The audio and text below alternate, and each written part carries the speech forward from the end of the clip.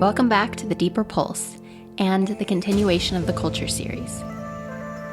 Because everyone deserves a safe space in which to share their stories, and because, sadly, there are just so damn many of them, the Deeper Pulse bonus episodes continue to roll out over on Patreon. Last week, we heard from Fiona Winter, who joined us from Wales to share about her 4 decades of teaching and training fitness in the UK. Fiona was affiliated with the org for years, until just recently, when she chose to cancel her teaching contract. In Deconstructing Dogma episode 28, she shares with Tracy and I how she's been learning to lead her classes more ethically, incorporating considerations around consent and inspiring greater personal agency. Fiona also shares how the podcast content and her active engagement in the After the Org community has helped her to discover new insights when it comes to professional integrity. You can access it and all the extras at patreon.com/thedeeperpulse. And once again, before we dive into today's content, just another quick reminder that the stories and opinions shared here are based on personal experiences and are not intended to malign any individual, group, or organization.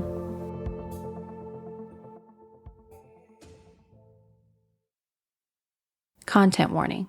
For anyone who's spent time in large group awareness trainings, and especially for org teachers and trainers. In this episode and the next, my guests and I will share details about our personal experiences in org training environments, which will include reference to power over abuse, subtle and overt forms of coercion, body shaming, and performative trauma therapy. The content may be triggering for some. Please be advised before listening. Almost exactly 1 year ago, on July 27th of 2022, that's when I dropped the first Culture Series episode. And at the time, I would have never guessed the series would still be going strong 1 year later. As I've said before, this work has taken on a life of its own. Because it turns out that many of you out there can relate to the stories that my guests and I have been sharing. They're illustrative of dynamics that happen every damn where. And I have to say that when Tracy Stamper and I first began sharing about our personal and professional experiences with the company we now refer to as the org, we honestly had no idea just how many stories like ours there were out there. I mean, we knew that there were too many already, to be sure. But even so, the response to org-related content has definitely surpassed all of our expectations. And this despite the fact that we've been using aliases throughout the sharing of every single one of these stories. Now, I promised myself from the get-go that I wouldn't let this become a series about a singular company, and I plan to keep that promise. So we will be venturing elsewhere again in the weeks to come. But first, this week and next, I'm rolling out another org-related 2-parter. And it's important to once again reiterate that these episodes aren't an attempt to center or cancel org leadership. It's true, I am growing more and more disgusted and outraged by the behavior of certain individuals, and accountability is long overdue. But this series, it's not about them. It's about all of us. It's about the deep healing that happens when we gather together and share about our experiences as we experience them. It's about reminding one another that all that shit that went down, it may have been normalized at the time, but it wasn't, and it still isn't, okay. Despite the ways we've been gaslit, we were never quote-unquote crazy, spiritually unfinished, or more or less than anyone else. We trusted people who promised to help us, and it's not our fault that they led us astray. And as Lucy Page so eloquently reminded us in a recent Patreon drop, it's not our job to protect people who've hurt us. That's right. The purpose of this series is to safeguard one another by sharing openly and honestly about spaces that have been known to cause harm. As you're going to hear in the lead-in to this week's episode, it was originally intended as a Patreon bonus. But halfway through recording this conversation, it became clear as day that it needed to land right here on the main feed. And in a way, it's a bittersweet follow-up to Mark Frossard's two-part story featured in the last 2 episodes. His brave public share is most certainly a turning point in this series, at least as it relates to reaching current and former org affiliates. ATO, our private After the Org recovery group on Facebook, is experiencing another major growth spurt, and more people are tuning in over on Patreon, many of whom are joining anonymously, which is itself quite telling. And all are welcome. Back in August of last year, even as she was still somewhat raw and reeling from it all, in episode number 34, Tracy Stamper spoke about her experience as an org trainer and about how, after investing a decade and a half in the practice, she was heartlessly fired right on the heels of the death of her father. She gave us a brave peek inside of org trainer culture. And when I say brave, I mean it. A few years earlier, she'd been publicly shamed for a rather cryptic post on Facebook that she made, announcing 8 months out that she'd left the practice feeling disappointed and heartbroken. Her post immediately turned into a flying monkey shit show, and she also received a number of private direct messages. And apparently this is still very much a thing. In recent weeks, I've heard from multiple current and former org teachers about how, in the months since the podcast release, they've reacted to some vague critiques of the company online. Again, posts that aren't even naming the practice, only to receive private messages and even phone calls from loyalists who gaslight, shame, and in some cases even insist that they remove the offending click. It's pretty ugly stuff. And so yeah, it's no wonder people tread so lightly when they first enter our private recovery space. Is this really a space where it's safe to be honest? To name the hurt that I've experienced? To find comfort in shared experience? Well, it's a work in progress, and all I can say is we're doing our damnedest to make it so. I was just talking with a former org trainer yesterday. I think it's been a couple of years since she left the company, and she's been following the podcast very closely. She was wishing aloud for a shortcut through this painful healing process. And who could blame her? This isn't easy work. But honestly, the shortcuts that so many of us have helped to bake into modern day wellness culture, it's really these time savers that cost us so much when it comes to authenticity and personal integrity. The truth is, I can't tell her or any of you how to do any of this. But what I can do is share a story that will hopefully remind her she isn't alone in her pain, that her many sacrifices have not gone unnoticed, and that she was always enough and just right exactly the way she is. But before I introduce you to today's guest, I want to share a bit more about the org in ways that are going to give context to today's story. Similar to cult fitness trends like yoga, Zumba, Pilates, org classes are taught all over the world. I personally led classes at quite literally countless venues in my years with the practice. Gyms, dance studios, outdoor street festivals, high-end health clubs, teen empowerment conventions, corporate retreats. I even did a stint at a children's bereavement camp 3 years running. Tens of thousands, or who knows how many, students around the world participate in org classes and benefit from the work. And for about 4 decades now, the org has been an industry-recognized mind-body fitness brand. In fact, just a few weeks ago, Marissa, Mickey, and others presented a series of workshops at the IDEA convention, and this has been happening for years. Nothing new here. All of that to say, the public-facing optics of the org, they're pretty standard. Attend the first level of training, pay your dues, and off you go, you're licensed to lead classes. No questions asked. And for most students, and for many teachers, this is where their relationship with the practice begins and ends. Which explains why there's so much confusion. A friend of mine who's been endlessly supportive of the podcast and this series, she recently texted me to check in. And at one point she wrote, "It seems odd that a dance class could lead to so much harm and drama." Yeah, It is odd, isn't it? But I'm going to tell you what I told her because it's essential to understanding all of this. While there are most certainly exceptions, these everyday classes, this isn't where the harm is happening. So I want to take a moment to really lay out for you the bare bones of the org fitness and training hierarchy. Now, when I was with the org, there were only 4 belt levels: white, blue, brown, and black.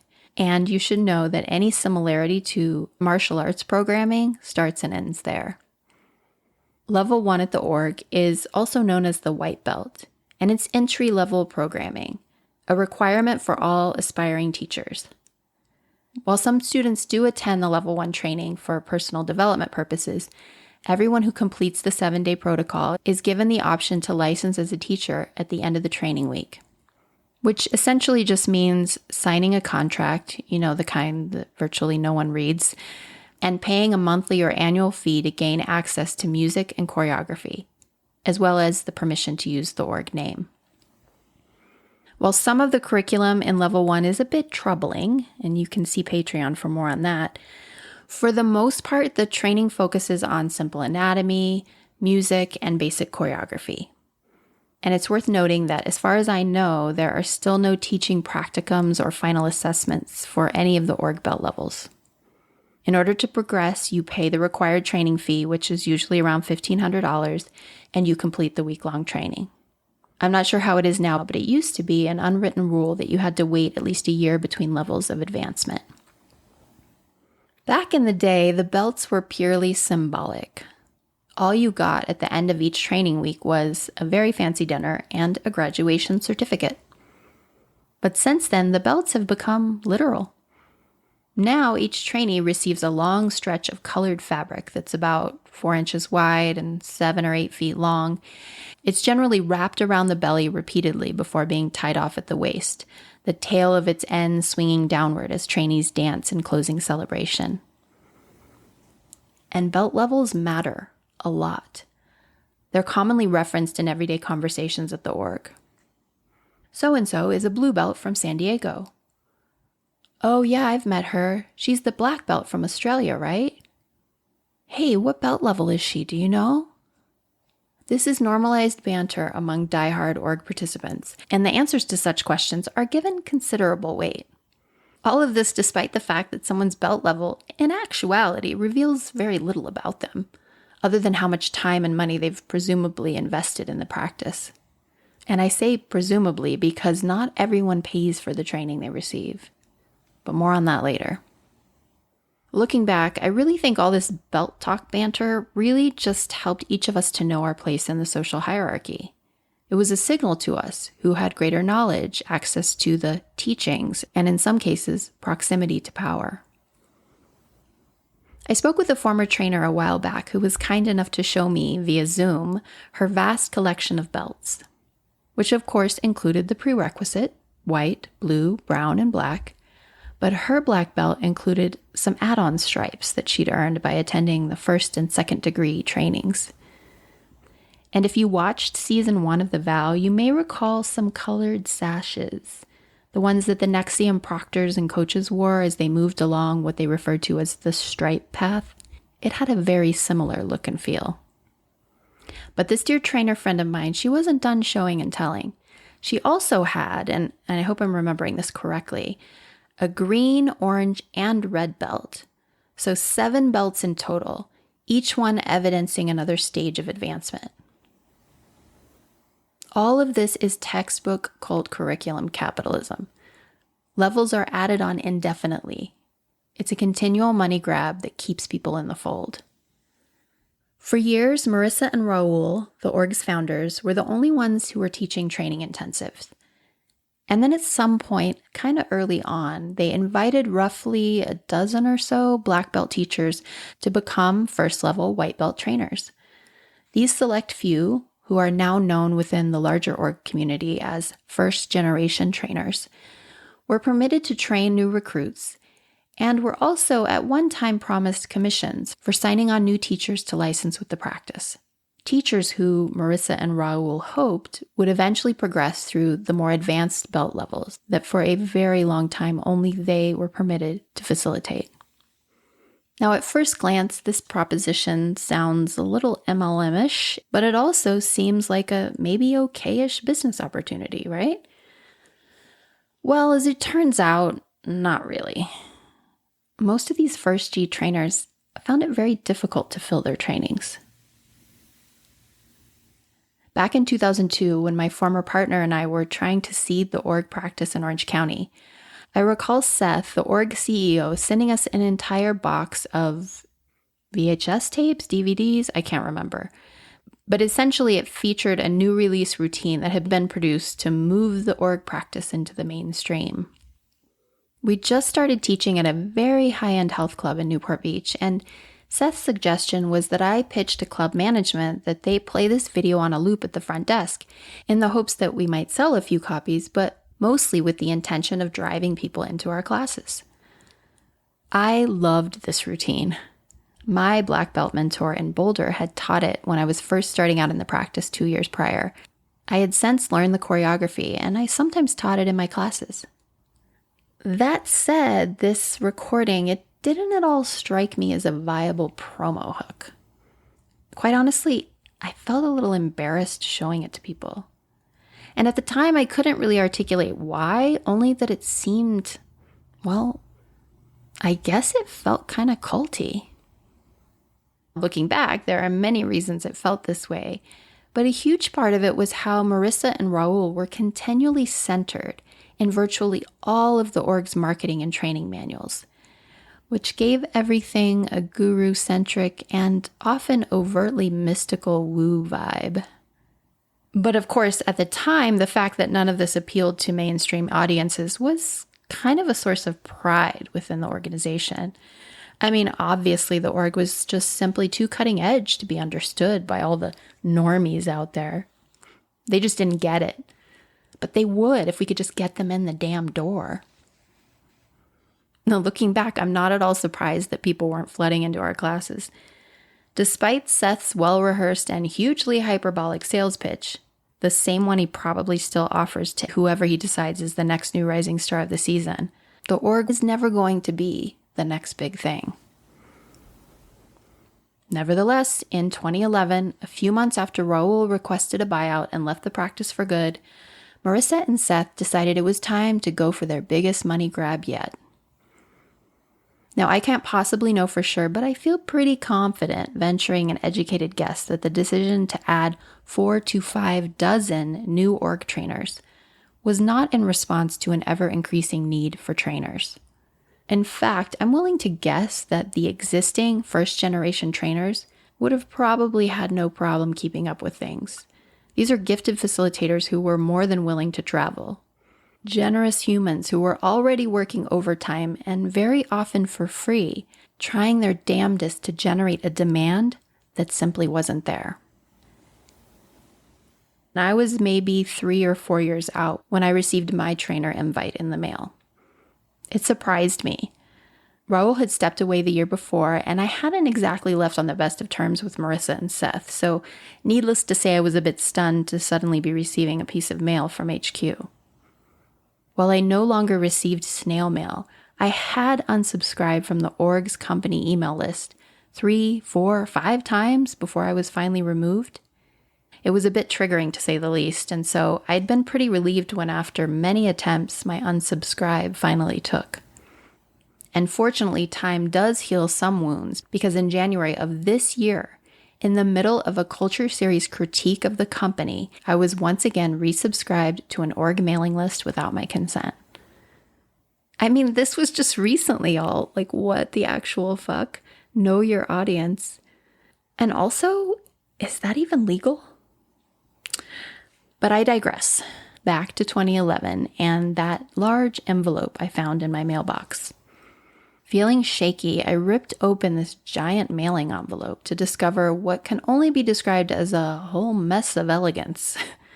Gauzy fabric, tissue paper, and Tracy and I want to say red ribbon, maybe? Anyway, inside of all this noise was a piece of ornately decorated cardstock a zhuzhed up flyer that looked kind of like a wedding invitation. And in large, fancy script, it said something to the effect of, "Congratulations, you've been chosen," along with an invitation to attend an event. Courting Your Destiny. Is this a divine decree or a next level business opportunity? At any rate, I have to say, despite their grandiosity, their approach had a very clever aim, which was to convey the invitation's central message. You have been honored with an invite to become an org trainer, to explore next level investment in self and in saving the whole goddamn world. Yowzas.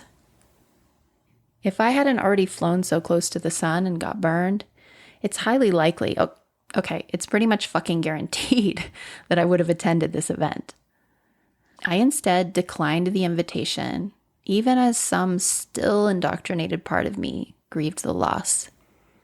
I was still struggling to say goodbye to a community, a crystal clear purpose, and the opportunity to stand at the tippy top of an ever-expanding, bottom-swelling pyramid. But I knew too much. Working at HQ, I'd seen the hustle of first G trainers firsthand. I knew they made very little money and that most of them struggled to fill their trainings. I'd even heard credible rumors that some were not being paid the commissions they'd been promised. Courting Your Destiny was a 3-day event. It was technically free, but of course, anyone who wasn't local had to spring for their own airfare and accommodations. Folks I've talked to estimate there were probably about 80 or so people in attendance at this initial love bombing event, all of which were wined and dined, wooed with Seth's lofty promises of abundance and lavished with Marissa's praise. And then at the very end of it all, I'm told that they circled up and were essentially asked her most favorite question: "Are you in or are you out?" Tracy spoke about her experiences at this event back in episode 34, and she was one of about 50 or so who opted in, who paid $5,300 upfront and said yes to the honor of becoming a second-generation trainer. Fun fact, based on current trainer listings on the org's website, and this is assuming that they're up to date, of those original 50-plus recruits, only 12 still work for the org in that capacity. Now, of course, it's impossible for me to know for sure why many of those trainers have since walked away, but based on the conversations that I've had with some of them, most of these people too got burned. You'll learn more soon enough, but for now, let's just say disillusionment and dead-end promises are common themes. In 2019, the org put out another call for a whole new cohort of third-generation trainers. This, despite having already broken contracts with dozens of people that they, in many cases, financially exploited and then cast aside. These individuals paid in money, sweat, and tears for a certification that was later stripped away from them without cause or explanation. And Shannon Geltner is one of them. She knows this story all too well because she was part of the 2G trainer faculty at the org. And just like her friend Tracy, she was fired callously and without warning. Her purpose in being here today is to share the whole truth about what it was really like for her working as a second-generation trainer for the org. She's here to offer up her articulate, heart-strong voice of reason. And she's specifically hoping to reach these new 3G recruits who have recently or are still considering signing on as trainers. Shannon offers up the real deal reality check that she wishes someone had provided her, as it would have not only saved her a ton of money, but also the trauma of being deceived and then discarded. This conversation is a two-parter because there's just so much to share, and Tracy is an essential voice in this conversation, so she joins me once again. She and Shannon have a history and a healing path in common. All right, as a reward for sitting through one of the longest lead-ins yet, here's part 1 of our conversation with Shannon Geltner.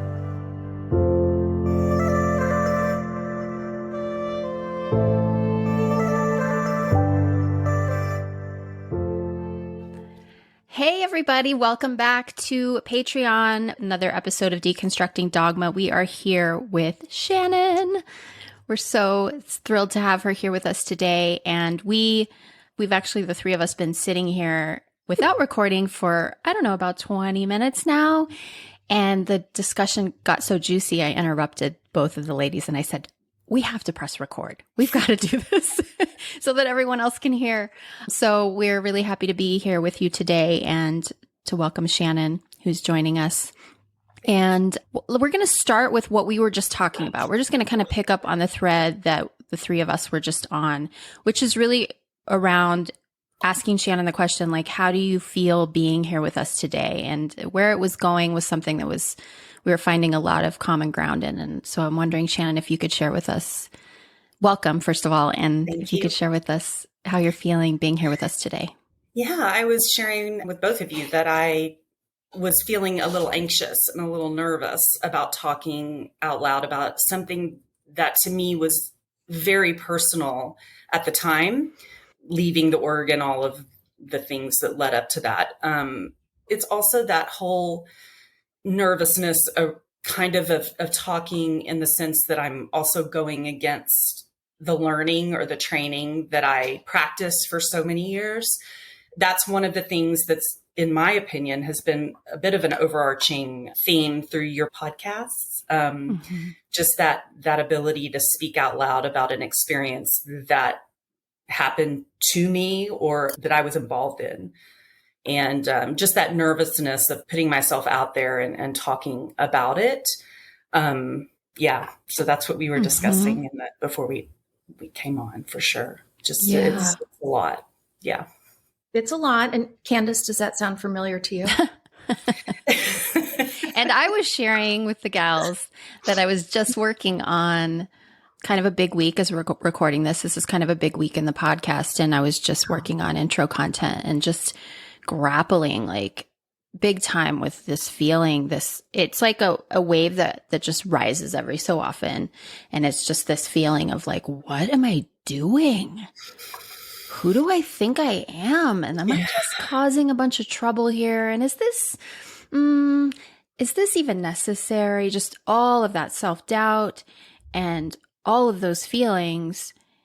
And inevitably, whenever something like that surfaces, I get like a message from somebody from after the org or somebody who's been listening to the podcast. And it's really validating. And I was saying to Shannon and Tracy, like, this project would not, especially specifically related to the org and speaking about the org and holding space for those stories, there's no way I would have been able to sustain this for almost a year without all of you. And like, I literally mean all of you. Tracy and I've talked many times about how if it was just me saying these things, or if it was just she and I with our sour grapes over on the sly, saying all the things, that it would not, it would not have the impact. It would not have the reach. It would not. Yeah. And it's the fact that so many people just keep coming together and saying, yeah, me too, me too. It's like the Me Too movement, just in our own version of it, right? Like coming forward and being like, you're not the only one. And you have been gaslit and you have been silenced. And I felt that too. Like, it's so validating, and it doesn't take away the indoctrination that's operating inside that says, don't do it. Yeah, right? Yeah, that's huge. It's huge. That whole thing of who am I? Why do I think what I have to say is important? Speaking with impeccability about my situation.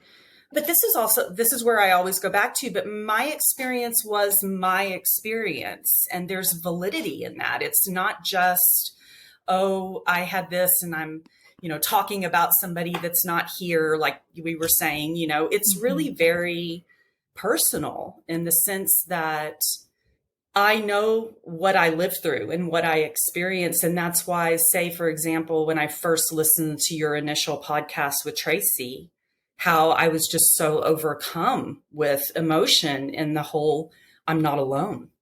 This is not just something that happened to me. It's something that other people are experiencing as well. And that was very validating. I hate to say, oh, good, there's somebody else, right? But it was also very eye-opening for me. And that's where the breakdown in the conditioning started for me, is realizing that I'm not alone and I can speak. And maybe if I told my story or talked about it, maybe I'd help somebody. I'd keep them from getting entangled as well. Yes. Maybe. I love when we initially spoke, Shannon, you said, I wrote it down verbatim because I was moved by it. You said, I want to help. And how can I help if I'm not showing all the way up? Yeah. Yeah. That goes back to when we were discussing when they announced the new group of trainers coming out on Facebook, I believe is where I saw it. How I was shocked considering how many of us had fallen by the wayside or been kicked out or been dragged or whatever you want to call it. And then I was also ragey, like mad, really, really angry that they were doing that. And then I was really concerned about all the people that I didn't know that were stepping in. That's the mom in me. I'm very concerned. Do they have any idea what they're getting into? Do they know? It's almost impossible to step into this organization with eyes wide open. It is impossible. You will always learn something on the backside that you were not expecting, in my opinion. So I was worried about all those people. And then the whole thing about, should I post? Should I react? Should I say anything? I think that's when I said that, is if I can't help anybody if I stay silent.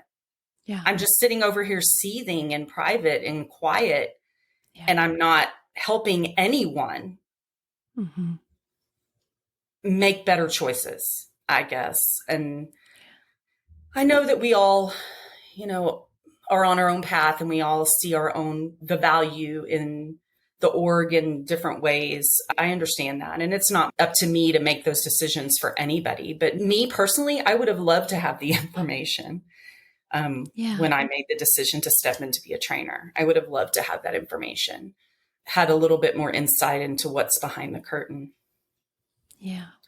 So showing up now, it's just about not being quiet anymore, and talking about it can be difficult.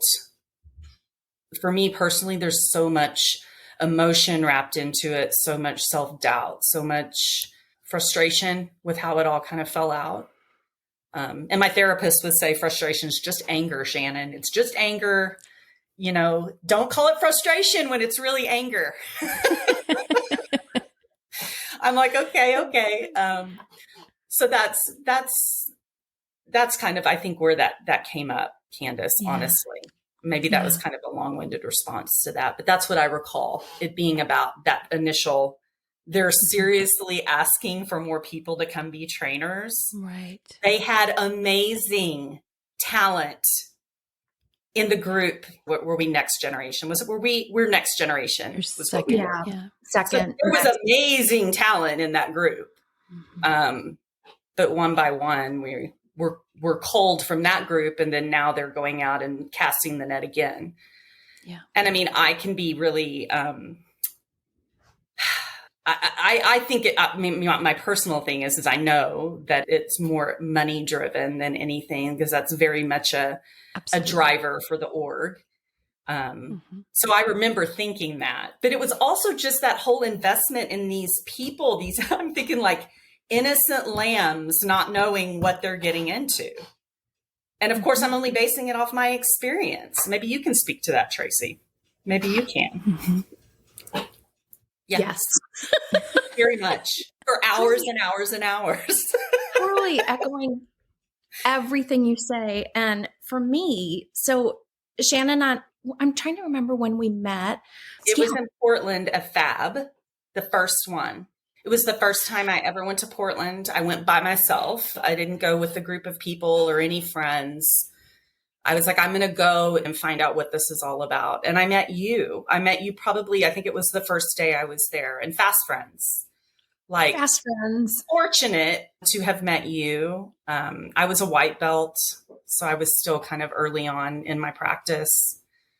And I just remember having that feeling of, I feel like I belong. I felt like the way that you kind of took me under your wing and talked to me, and, you took me to lunch, and I just felt like, oh, okay, this is someone who I can really relate to. There's a camaraderie there, which I really loved and lacked in my own personal life. So I wanted that. That was part of the draw to the org for me personally, was the friendships and the amazing people that I came in contact with over, my 14 years.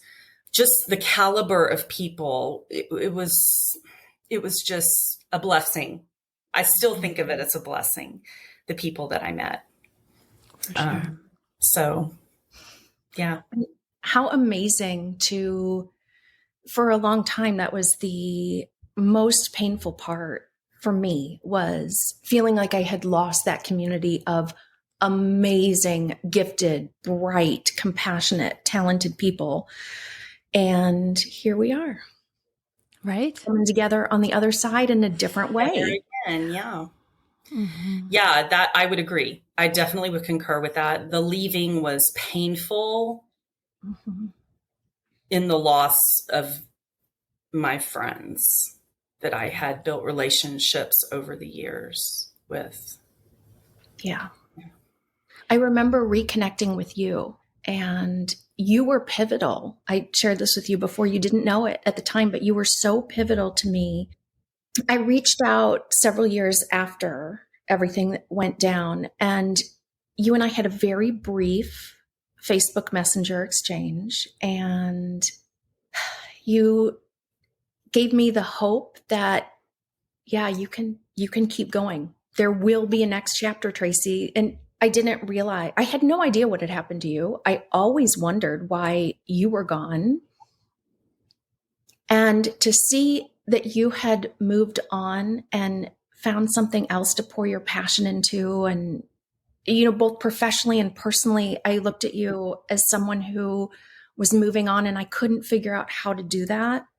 So you were a shining light for me, and I don't know that I've ever expressed the full extent of that. But thank you. I really Thank you. Really needed that. Thank you. Yeah. I mean, when I talk to you, it's like we were doing the exact same things on our own little islands, going through the same things and experiencing the same emotions and feelings, but not talking about it. And that's in a way, looking back now, it seems so strange to me that we did that consciously. We're not talking to anyone. And then once again, it goes back to the conditioning of the training and the conditioning of the lifestyle. That's why it was always about the org, less about us personally. Right. Even to the point, one of the things that I wrote down when we spoke the first time, which we did actually the first time speak again to like why we don't speak. and we are going to get into Shannon's story, everyone out there. Don't worry. You're going to get us. You're like, what happened to Shannon? You'll get to hear. But this is like the foundation of being able to share about it. So, kind of hanging on to this note for a minute. We spoke about part of the conditioning was like, I'm not speaking up because I don't want to influence anyone negatively. Everyone needs to make their own choices. It's not my business to impart my experience on someone because that might cloud their ability to make a clear choice of their own. Like that's kind of how it was framed for us. And I was just recently reading, I just started it. I'm reading like 5 books at a time at all times. So who knows if I'll finish it, but Sapiens, like this book, Sapiens, Yuval Harari is the author's name. And it's about like the history of humankind, basically. And there's this section, this little tiny section that really jumped out at me around this. And it basically, he's talking about something called like the gossip theory. Okay. And how when human language was developed, like gossip is the thing that enabled tribes to stay safe, to understand where there was risk. Like the fact that we talk about other people of course there's a toxic version of gossip. We all know what that is. But the majority of what happens that was shut out at the org is just the thing that we do in order to communicate, like this person, hey, look out for this. Hey, I had this experience over here. That when we're taught like, oh, I should filter out all of my personal experience so that that person can make a choice on their own, they're flying blind. Mm-hmm. They're flying blind. And like, I just really feel like so much of this, the therapy in having a podcast is like, it's okay for me to take up space. It's okay for me to talk about my experience, even if it involves other people. And I'm not defining who that person is. I'm just telling you, this is how it was for me with that person. And then there's a chorus around me being like, me too, me too, me too, me too, me too, me too, me too. I think it's okay to make a judgment, which is another thing we're never supposed to do, around that person and whether or not they're a person that we want to engage with or that we want to prop up or support moving forward. So, side note, but it feels connected to like why we're here. And I just can't help but to, as you're saying that, Candace, to hear Shannon's words, like, I wish I had had more full information going in. That's right. None of us had that because we were all such good little soldiers and we didn't gossip, even though what falls under the umbrella of quote gossip is solid information sometimes and warning our friends. Right. Yeah. Yeah. And we're good little soldiers in our own little corners of the country. That's also a big part of the mystery, is not being present and seeing the day-to-day and ins and outs of what happens at the org. And Candace knows that probably more intimately than any of us. But, you know, hearing Candace's story, I'm like, not surprised, doesn't shock me in the least. Yeah. So yeah, I agree with that, Tracy. Yeah. And I was thinking when Candace was talking about the whole, we have all of these opinions that we can form and these judgments that we make. But like, my opinion matters. My experience matters. Mine is a side of this situation. Yeah. It's not something that I made up. It's something that happened, and I was on the receiving end of it, and it didn't feel good. It was hurtful. And to be able to talk to that, it's a lot. It can be overwhelming, but it's also kind of very cathartic in getting it out and having other people acknowledge, oh, that happened to me too, or I had a similar experience. And that's what's so healing about this whole process. This goes back to me years after I left the org. Googling, is the org a cult? Right. Am I the only one out there Googling? Because I'm not finding anything, not positive, not negative, about this organization. Is that in itself a red flag? I don't know. That's where I remember just Googling it and being, really? Yeah. Okay. Yes. Yes, Tracy. I can say for sure from personal experience that you are not the only one who Googled that. I did that for years. I actually recall I started the Googles when I was still in. I remember like picking up my son at school. I got there 15 minutes early. What am I going to do? Oh, let's check and see. Is the org a cult? How about now? How about now? Exactly. Like, has anything changed in the last 7.5 weeks? I do remember so clearly going through the checklist of cult dynamics. Like, this is what you want to look out for. And some things were kind of close, but not exactly it. Like, does everyone dress the same? Well, we weren't required to dress the same. So no, we don't have that. It was so easy, even looking at that list, for me to want so badly for it not to be what the truth that I was seeing.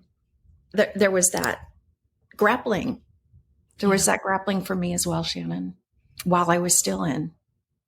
And I had family members ask me in the years that I was in, is it a cult? I've never heard of that. What is that?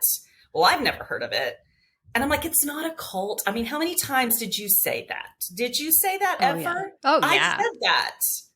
It's not a cult. Dozen times. Yeah. It's a fitness practice. It's really not.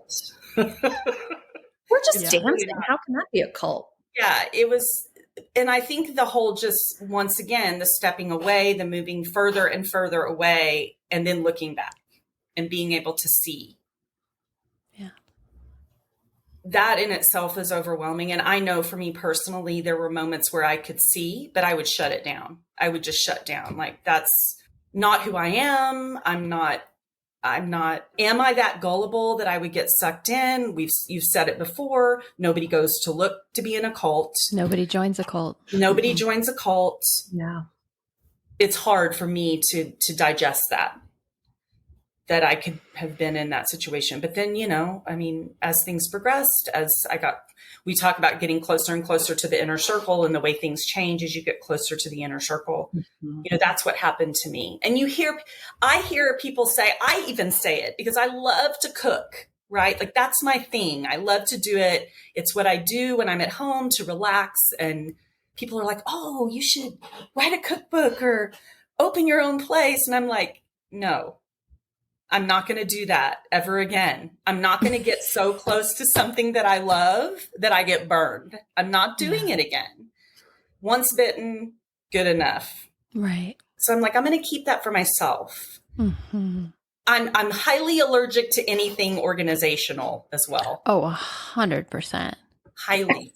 Yeah. Join me. Absolutely not. It's not happening. It's run the other way. I think I told the story in one of the episodes about Zumba and how I did one class with the founder and I almost went up and introduced myself. And then I was like, no, never mind. Back away slowly. Mm-hmm. That's exactly it.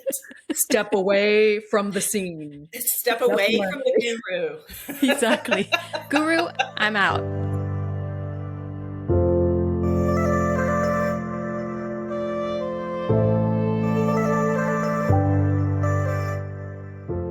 Shannon, tell us, because there's people who are on the edge of their seats at this point. I'm sure.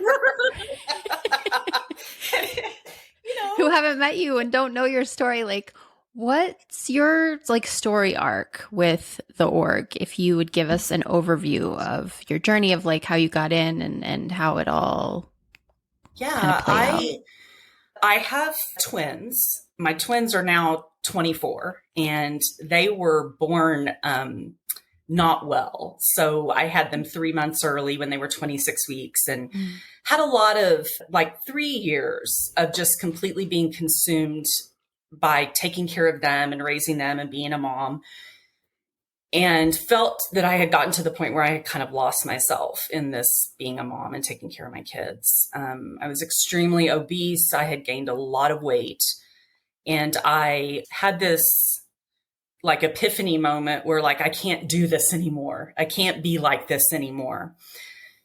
So long story short, I did a lot of traditional exercise, lifting weights and running, and lost a lot of weight.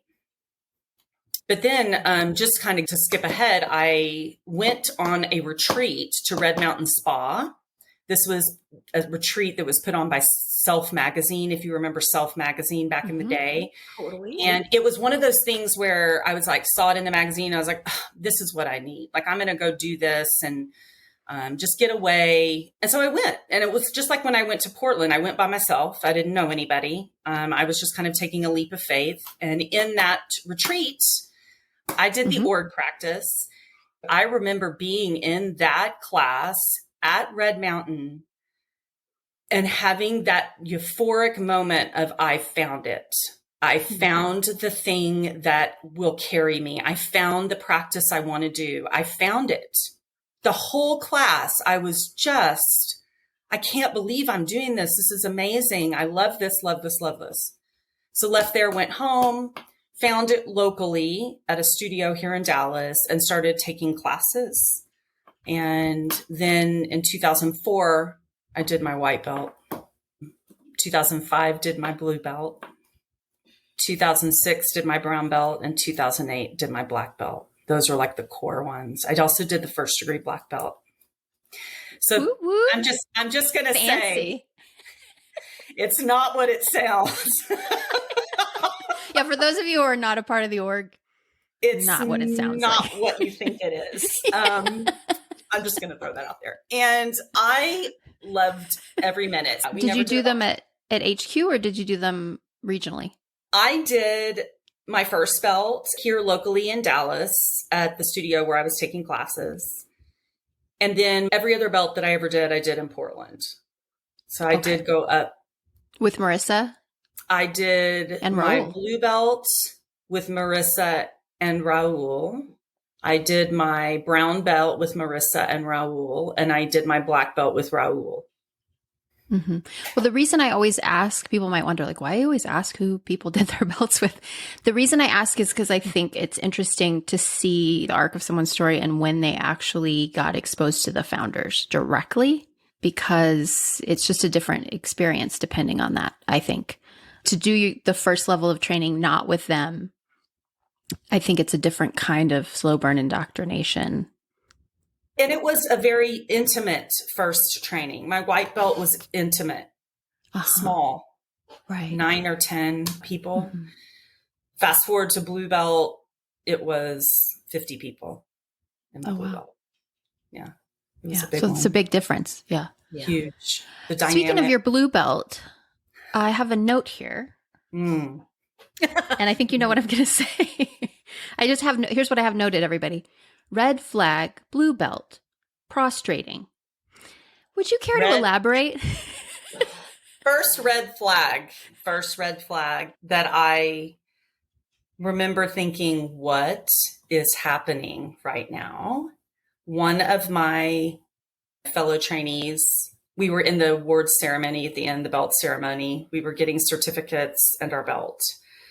And at the end, or in the middle of the ceremony, this particular trainee went up to Marissa and Raul and proceeded to prostrate herself on the floor in front of them. Full stomach down, face down, feet out, hands in front, like Superman, prostrate. And I remember thinking that is the weirdest thing I've ever seen. I respected my teachers. I did not view them as better than or godlike. Mm-hmm. For me personally, having grown up predominantly Christian, and I just say that I'm not really practicing anything at this point in my life, but that whole prostrating thing, it was like otherworldly, or there was a worshipfulness to it that really bothered me. And I also admittedly had a moment there where did I miss something in this training? Oh, right. Did I miss something? Which I've heard throughout the podcast, there are people that were like, I didn't get it. And at that point, I didn't get what was happening. It was something that it didn't compute for me at all. So I recognized that there was mysticism in the practice. Mm-hmm. I'm not going to lie and say that it wasn't intriguing. It was very intriguing, the mysticism. And I felt like Raul really brought that. That's what my personal experience was, that mysticism. But I was very creeped out. I remember being really creeped out by the prostration on the floor. Yeah. And that, now that I look back, I recognize that was definitely a red flag to the organization. And the whole thing is they're standing there nodding and smiling. Well, that's what was going to be my question. Exactly. What was their reaction they're nodding to and that? Smiling as if this is expected. This is expected, is what I remember energetically sensing from them. Yeah. So weird. Mm-hmm. That was a big red flag for me. Also, looking back now, knowing cult dynamics, having listened to your podcast, watched a lot of documentaries, read a lot of books, that was a very culty thing that happened. Mm-hmm. It happened in one of the trainings I was in. I remember seeing one of the main trainers, one of the golden children, do the same thing. And I remember standing in the circle. It just was so startling to me. And I find myself wondering, Candace, did you ever see Probably. Okay. Yeah. Because of my memory and the way that it works. Right. I tend to not remember things that are dissociative triggers. I remember plenty that are, but I tend to not remember certain kinds of things. And I have like the flavor of that 100% I saw all the time, especially working at HQ. That flavor was present. It was the doe-eyed gaze that I saw more than anything, just the way that people would look at them and communicate with them. And so I don't know if I ever saw the body position exactly, but I saw a lot of that. I saw a lot of fawning. That's the word I'm looking for. Yeah. I saw a lot of fawning in lots of different forms. And I'm sure did plenty of it myself from time to time. I'd like to look back and feel like I never, but it's absolutely not true. I mean, that's what I was sitting here thinking, Candace. Yeah. I did the same thing. I remember feeling doe-eyed and not being comfortable communicating with them directly. It felt very intimidating to me. It was never natural for me. Yeah. Never natural. Maybe it goes back to that. I wasn't really sure I was getting the guru part of it too. So, well, I appreciate that you say that too, because I think it's important to make that distinction. Because I think a lot of people that I've spoken to will say, well, I never really bought into the guru thing. Like that wasn't really a thing for me. And like that can be true. And also fawning could still have happened because of the way that fawning works as a trauma reflex, right? Yes. So even if we didn't position them in that way because of the structure of the training and the way feedback was offered and all of that, I think fawning was rewarded. And and it was also a way to respond to this is key. This is definitely was the case for me. Because my tendency when I get dysregulated isn't to fight and it isn't to flee. It's to either freeze and dissociate or to fawn. And so I've had so many times in my life where even recently, like just full transparency, Sarah and Nippy, when I first met them and talked to them on the phone. Now, they are not intimidating humans, just at face value, but because they were like celebrities, the first time I talked to them, I got dysregulated because it was just an awkward situation. And I got off the phone and I remember being like, what the fuck, Candace? What the fuck was that? Because I really went into this like fawn response. And I was that. What the fuck just happened? Right, exactly. Like right after the fact. Like, and even in the moment, like sort of floating above it, being like, what are you doing? I do remember talking to you on the heels of that. And I remember that. What the fuck? I was like, what? Yeah, I was like, Tracy, oh my God. Seriously? In the middle of doing this series, like this thing happens?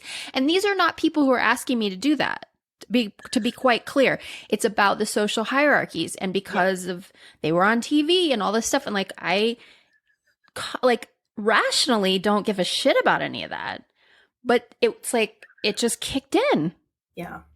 You know, I got over it by the time I did the actual interview, but like, it was freaky. So just to say all of that, to say that fawning thing, I think a lot of us probably experienced, even though we weren't putting them on a pedestal consciously. Right. Well, there was a dynamic in the trainings of attention, of doing things so that they would give you attention, asking questions to get attention, seeking out their expertise, and therefore bringing attention to yourself in the question. I mean, and I'm speaking from my personal observations in space that it's definitely that dynamic is in the trainings. And once again, there's always like the ones that were given a lot of attention, and then there were the ones that weren't given a lot of attention. Or were given negative attention. It experienced that myself. So, there's a lot of that in the dynamics of the training. And I want to say, another one of the reasons why I started to get a really creeped out feeling about what I was doing with the org was the body shaming that I was enduring as well. Oh. And I just wonder if there are people that experience that as well. I know in our org group, there has been some conversation about it, but I will just say really quickly that being body shamed by Marissa on multiple occasions was very demeaning. And if that is happening to anyone now, that once again, I feel really sad about that. The idea that people could be being hurt and be going home and being sad and angry at themselves because of something that someone else said, it just makes me run cold. I just don't like the thought of it at all. Mm-hmm. And I'm confident that there are other people that experience that as well.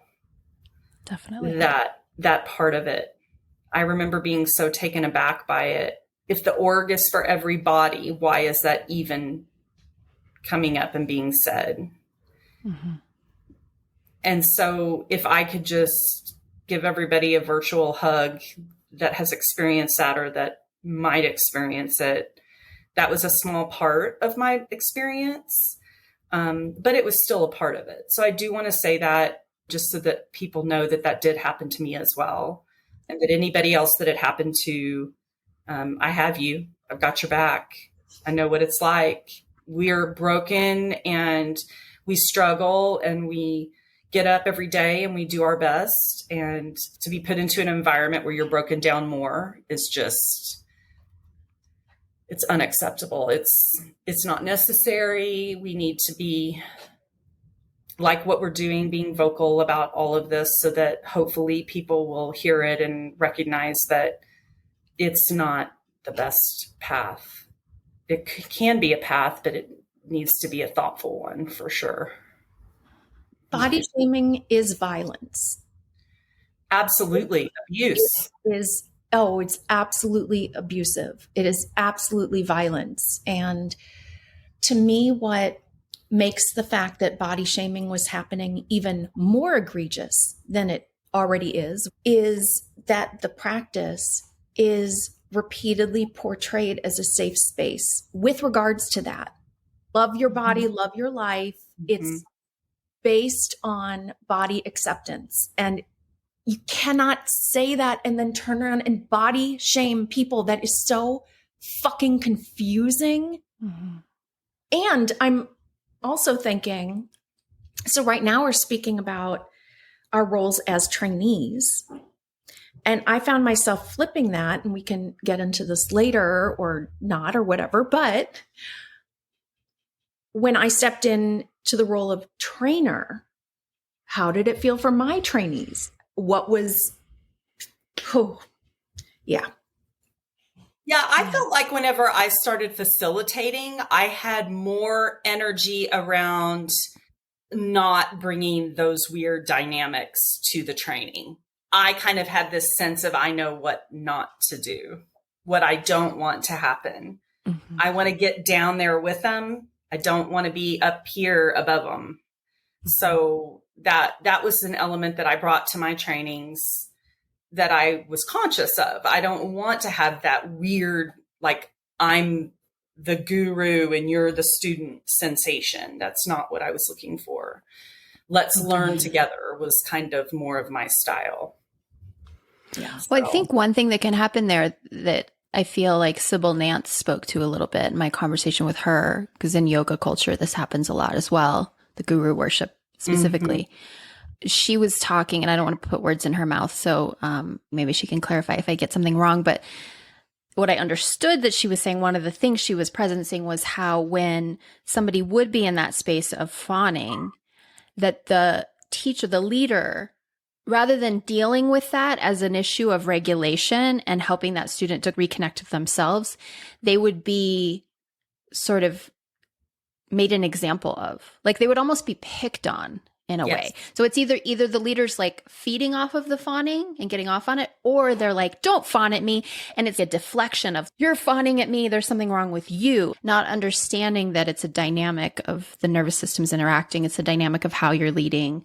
How do I respond to this in a way to help this person connect? And so I think that's another tricky part of it, right? Is like sometimes the person who's the most, this, I can think of an exact individual when I think back at working at the org, the person who's the most worshiping and devoted becomes the scapegoat for the anger and the backlash.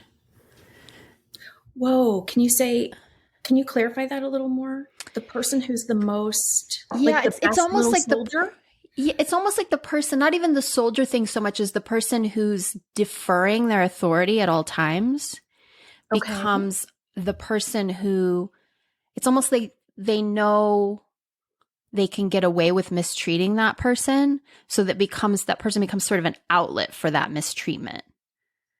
Like it's sort of like in family dynamics. I'm not an expert in family systems at all, but I have a sense that this dynamic happens in family systems where there's like a scapegoat, like the child who is maybe the most meek, just by nature is more submissive, becomes the kid who gets, picked on the most, the omega of the pack, if you will. Right? It's sort of that dynamic. Yeah. Yeah. Interesting. Total tangent, but interesting. No, it's the psychology of what happened in intensives as a trainee and a trainer, it's massive. Just the whole, the things that we saw, the things that we experienced when we would sit in the circles, the things people would share, the things, honestly, there at times I felt coerced to share. Those situations created such a strange environment. There were so many times where I was like, is this relevant to the training? I just thought of one. Can I give an example to people out there who maybe weren't in these? I don't remember which belt or what context, but we were in a circle and Raul was leading and we had to go around and introduce ourselves and say like our name, where we were from. And then it was like a quirk, something quirky about us. And I remember this circle took forever because Raul kept rejecting people's quirks. Like they would say a thing and he would be like, no. That's not a quirk. No, that's not. And they'd be like, what do you, like, he's like, a quirk. And then other people would try to help the person because he was not clarifying what he meant at all. Yeah. We'd be like, it's like your eccentricity, like something weird about you. We'd be like whispering to each other and like sending like messages across the circle, like, help her. And then we went through this whole thing. And I remember I said mine. I still remember it. I said, I make brownies. I make the mix and I eat the brownie mix and then I bake the brownies, but then I never eat the brownies and I throw them away. I would say and that he was is like, quirky. And he stopped and he was like, okay. And went on to the next person. And I was, sweating bullets. But why do I remember that stupid detail? Because the tension of that circle as he went around and like patted certain people. Well, he didn't. He was never one for praise. And he kind of a little bit was behind closed doors, but not in the training ever. And so he wasn't really giving anybody reward for doing it right. You just got to have your turn be over. Go on to the next person. Which is a reward. Which is a reward in and of itself. But it was kind of torturous, but that's an example of what was the purpose of that. Like I could see the purpose as an icebreaker, ironically. But that was not like breaking, like icebreakers are supposed to break the tension so everybody can bond and it's cool and that groovy. Was a tension builder. Yeah. It was icy. Sure. That circle got a little bit icy. Pretty frozen, frigid. And I would like to point out that to anyone who is not from the org, or just to reiterate, that exercise happened on the first hour. The first thing. Yes. It's the very first thing. It sets the tone for what's to come. That's right. Good point, Tracy. That's really important.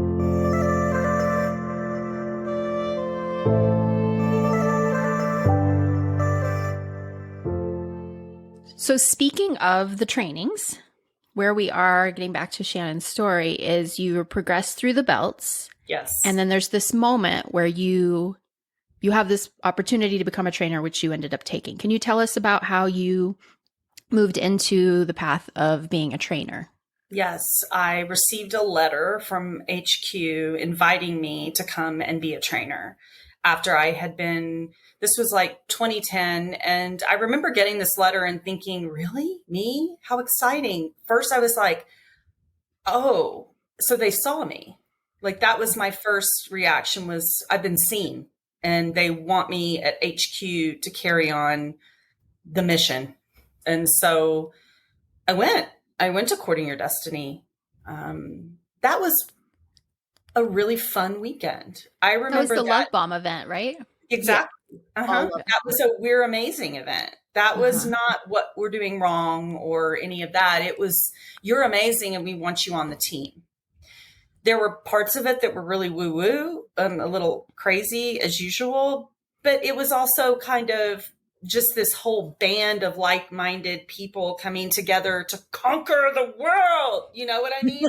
It's kind of what it was like. Yes, we made it. We're here.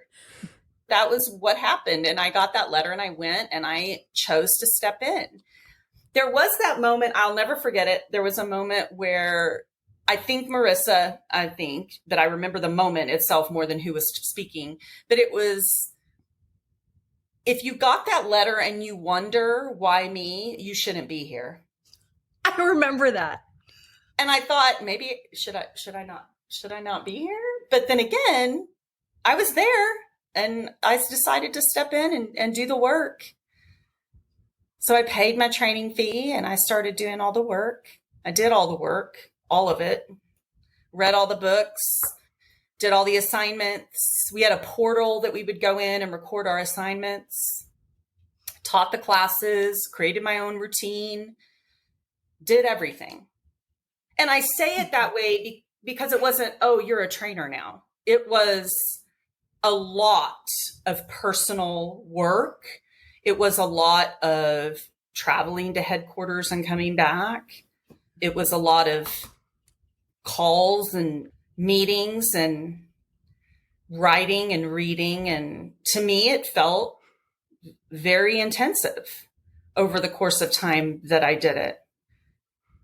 And I was very determined to finish and be a trainer. I loved the work. I wanted to do it until I died. I didn't see myself doing anything else. I had a passion for helping people. I wanted to do good and share this wonderful body of work with people. I wanted to be a part of it. I wanted to be a part of the team, and I wanted to be, co-creating with all of my peers on the faculty. And I held that position in very high esteem for myself. I felt like I had a responsibility to make sure that this was delivered in an impeccable way, to use some of the languaging, and to provide a great experience for these people that I would be training and bringing in, creating community, helping them be the best versions of themselves. All of this was in my head. All of this was who I was. And it didn't turn out that way. It was very humbling, to use one word. It was very humbling. It was at times, I'll say this, it didn't fit well with my personal longtime narrative of not being good enough. It didn't vibe with that. The messaging that I got was I wasn't good enough constantly.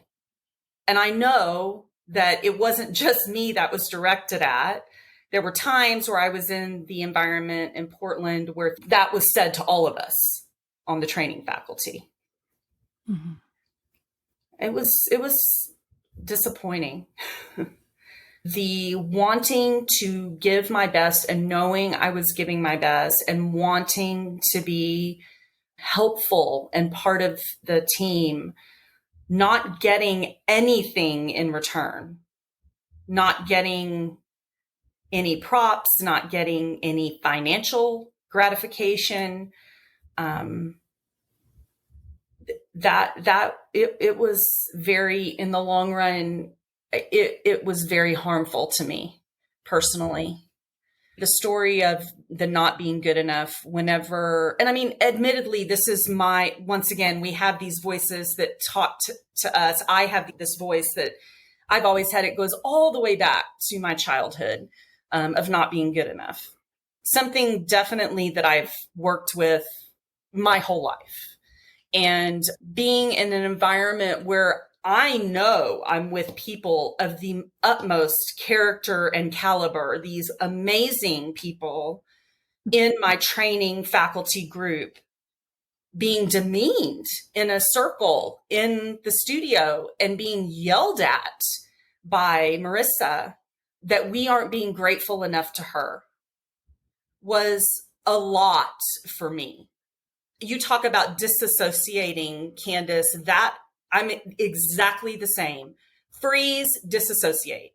Yeah. And I remember sitting in that session and her screaming at us. And I remember my eyes darting around the group thinking, is anybody else freaked out about this? Or are we in that zone of we're not taking it personally? Mm-hmm. But I'm taking this a little personally, because I'm traveling and I'm doing all of this and I'm working and I'm doing everything to be great at what I do, to be a master of the practice. Yeah. And I'm being told, nope, it's not good working. Enough. Yeah, you're not good enough. Y'all aren't thanking me enough. You're not worshiping me enough. You're not grateful enough for everything that I do for you. There was a lot of that. Tracy's nodding her head. I think she is nodding. Yeah. A lot of that. And I don't really know that I have anything to say at this point. I'm just doing my damnedest to not cry. Yeah. that feeling of being like, I just wanted to teach. I just wanted to help people. And it just being so sideways was really hard to grasp. Hard for me to process. That's a better way to put it. I would leave there and go back to my hotel room and just be, what just happened? I feel my nerves are shaky, and I don't think I've ever had anybody talk to me like that before. There was just a lot. It was a lot wrapped around all of it. And I admittedly don't think that I handled it well. I think that it was very disturbing for me. That's another big red flag right there. I mean, we don't have enough gratitude for the head of the organization. And I'm like, that's impossible. Thank you. That's impossible. We are here. We have paid a Sacrificed, lot of money, a lot of personal time, energy to be here to elevate this practice. And then I guess, honestly, getting down to it, it offended me. It really did. It left a really bad taste in my mouth. Mm-hmm. But was the first of several of those events where I'd be like, what is happening? I don't understand. I'm here. I'm giving everything that I have, financially, physically, mentally, emotionally. What else? What else can I do? How can this not be enough when I'm so devoted to this and I'm pouring so many resources? Mm-hmm. How can I be told that this is not enough? Yeah. Yeah. And this is all coming off the heels of, so that Courting Your Destiny, the first time that the second generation trainers all came together before anyone had committed to becoming a trainer, that was the love bombing event. And just to pause for a second and say the name of the training. Let's just all take a minute. Yeah. I'm not even going to comment. Just take a minute. I'm sorry, I'm laughing. That's a suitable response. Okay, carry on. Yes, Courting Your Destiny. Yes. Obviously. Laugh, cry. Courting Your Destiny. Laugh. Yeah, for sure. We were in that same circle in which Yes. later we were berated. Yes. The first time we all came together under the love bombing, which was so intense, we were all told, like, I remember Marissa standing in the middle of that circle, looking around the entire group. She was wearing orange. I remember this so clearly. We were told that we were the cream of the crop. We had smoke blown up our arses. And the only reason I'm saying that now is knowing how Shannon's trajectory takes a turn and how my own trajectory took a turn. But it was so confusing, those mixed messages. How do we go from being cream of the crop and the chosen ones and the one that Marissa wants to be in the fold because blah, blah, blah, blah, blah. Yeah. How do we go from that to being yelled at? It was the confusion. Yeah. It was always a lot of whiplash moments, in my opinion. Just like love bomb, you're not good enough. Are you in? Are you out? Are you in? Are you out? Well, clearly I'm in. I've invested. I didn't just walk up and do this for free. Like I invested. It was an investment to me. It was a betterment of myself. It was being able to carry this message to other people. And that was just so diminished. I felt as if there was no respect for just that. I'm here. Absolutely. Mm-hmm. I'm here. And that was not enough. Yeah. Well, the perspective of the narcissist and the leadership role, like when you say I'm glad you brought in the cream of the crop story again, Tracy, because it's like that was given to you before, that was the bait on the hook. Yeah. Yep. So you hadn't given her the money yet.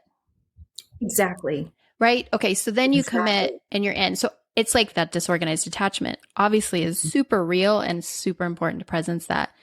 And also that alternating, like what's the motivation there? She wants something, love bomb. Mm-hmm. She gets something, down you go. Mm-hmm. Don't get too big for your britches. Exactly. She wants something, love bomb. Mm-hmm. Don't get too big for your britches. That's the dance. And when you're in it, it's so disorienting. You have no idea that that's what's happening. And it's like, well, it's just classic, like narcissistic playbook.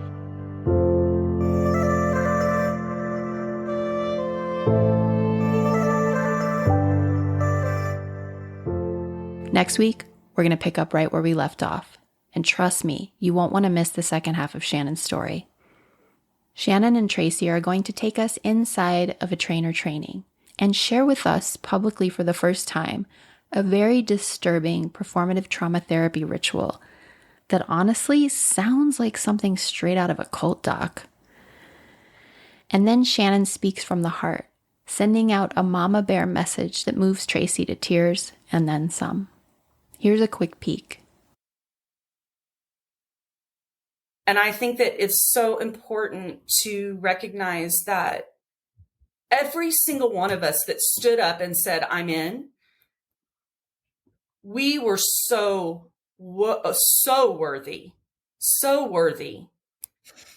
Every single one of us never chose to get up in front of people and pour our hearts out at the risk of being humiliated, that we would do things wrong, that we would mess up, that we wouldn't deliver the message right. All of us stood up and said, I am here and I am going to share this amazing thing that's changed my life. And some of us were treated less than, and that is the reality of it. The stepping away was quick and silent. And when I hear Tracy's story, I could not quit crying. Fuck. I know, because I was like, she was out there alone. I was out there alone. We think we're dealing with this on our own. We're all going through the same thing. Thanks for listening. Again, to access Patreon bonus extras, visit patreon.com/The Deeper Pulse. We'll see you back here next week. Ciao.